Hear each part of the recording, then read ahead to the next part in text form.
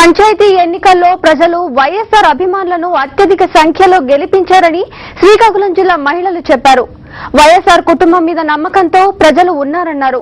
వైఎస్ఆర్సీపీ మద్దతుదారులకు ఓటేసిన ప్రజలకు ఆ పార్టీ మహిళా నేతలు కృతజ్ఞతలు తెలిపారు.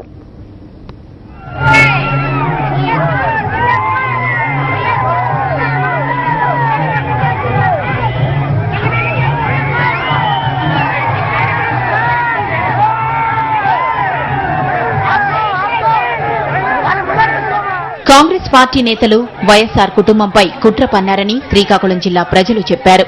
కుట్రలో భాగంగానే వైఎస్ జగన్మోహన్ రెడ్డిని జైల్లో పెట్టారని తెలిపారు. ఈ రోజు పంచాయతీలు కూడా ఫస్ట్ లోనే వైఎస్ఆర్ పార్టీలోనే ఈ రోజు పంచాయతీలు కూడా ముందునున్నాయి.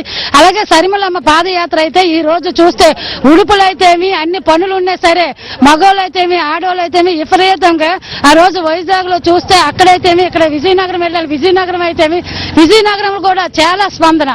అలాగే విశాఖపట్నంలో ఒక 5 రోజులు వెళ్ళాను, అక్కడ స్పందన.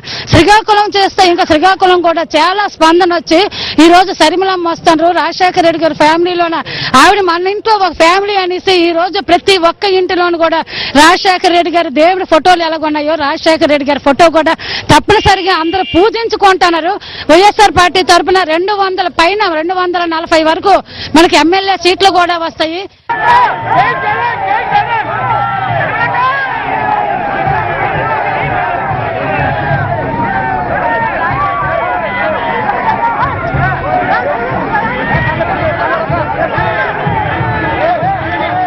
ఈ రోజు స్థానిక సంస్థల్లో అనుకున్న దానికంటే కూడా చాలా అత్యధిక స్థానాల్లో వైఎస్ఆర్ కాంగ్రెస్ పార్టీ గెలిచిందని మేము భావిస్తున్నాం. ఈ రోజు కేంద్రంలో రాష్ట్రంలో కాంగ్రెస్ పార్టీ ఉన్న విషయం ఈ రోజు మీ అందరికీ కూడా తెలుసు. అలాగే ఎప్పుడు కూడా ప్రజాస్వామ్యంలో అధికార పార్టీ ఉంటే దాని యొక్క లోపాలను ఎత్తి చూపించి ప్రజల పక్షాన్ని నిలబడాల్సినటువంటి ప్రతిపక్ష పార్టీ ఈ రోజు అధికార పార్టీతో కుమ్మక్క అయిపోయినా కూడా జగన్మోహన్ రెడ్డి గారిని అక్రమంగా అరెస్ట్ చేసినప్పటికీ రాజశేఖర రెడ్డి గారి మీద ఉన్న అభిమానంతో వైఎస్ఆర్ కుటుంబం మీద ఉన్న అభిమానంతో ఈ రోజు ఆంధ్రప్రదేశ్ మొత్తం మీద ప్రజలందరూ కూడా క్షేత్రస్థాయిలో అత్యధిక మంది ఓట్లు వేయడం అనేది చాలా శుభ పరిణామం. అత్యధిక స్థానాలు ఈ రోజు వచ్చాయి. ఎప్పుడు జనరల్ ఎన్నికలు జరిగినా కూడా రాష్ట్ర వ్యాప్తంగా కూడా జగన్మోహన్ రెడ్డి గారి గాలి వీస్తుందని చెప్పి ఈ రోజు మేము భావిస్తున్నాం.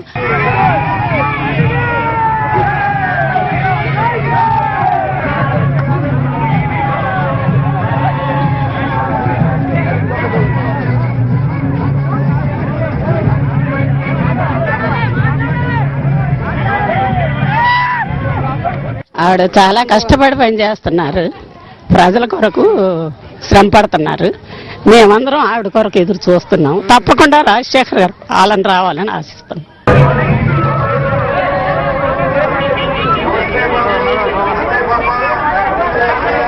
రాష్ట్రంలో బతకడం కష్టంగానే ఉందని, ప్రభుత్వం ఏమాత్రం పట్టించుకోవడం లేదని శ్రీకాకుళం జిల్లా వృద్ధులు చెప్పారు.